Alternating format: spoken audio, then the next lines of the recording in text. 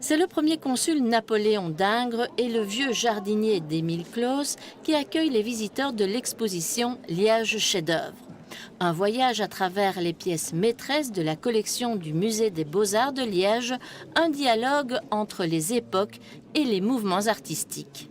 Au départ, un parcours qui se veut chronologique, donc depuis la sortie du Moyen-Âge jusqu'au début du XXIe siècle, mais pas d'une manière trop académique. Donc nous avons inclus des confrontations un peu insolites, comme le Napoléon de Ingres à côté du jardinier de Clos, et également des focus sur un artiste comme Ensor, comme Wouters, ou Auguste Donnet, le liégeois, des focus sur des mouvements, comme le mouvement Cobra qui est bien mis à l'honneur, ou encore des focus thématiques comme un clin d'œil à la sidérurgie aujourd'hui.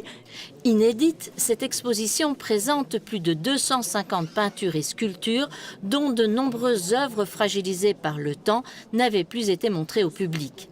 C'est le cas de La mort et les masques de James Ensor, qui a été restauré et mise en caisson climatique comme plusieurs œuvres achetées par la ville de Liège en 1939 à Lucerne.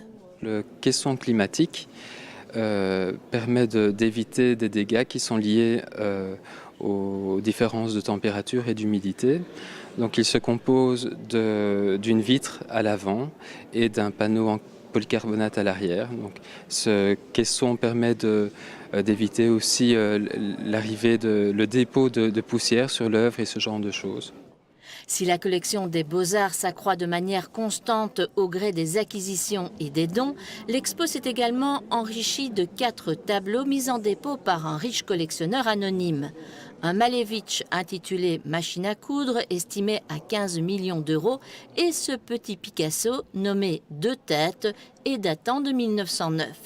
C'est intéressant d'abord parce que c'est Picasso et Picasso n'est quand même pas le moindre des artistes. Et puis c'est une période, le cubisme, c'est un mouvement que nous n'avons pas du tout dans nos collections jusqu'à présent. Et c'est le moment où Picasso fragmente la surface plane pour montrer toutes les facettes qu'il a envie de montrer. Donc il prend le portrait de son modèle à ce moment-là, Fernande, il le décompose et il le démultiplie de sorte qu'on a 2 portraits. Liège chef-d'œuvre, une exposition à voir à la Bovary jusqu'au 18 août avec une entrée gratuite pour tous les visiteurs le dimanche 6 janvier.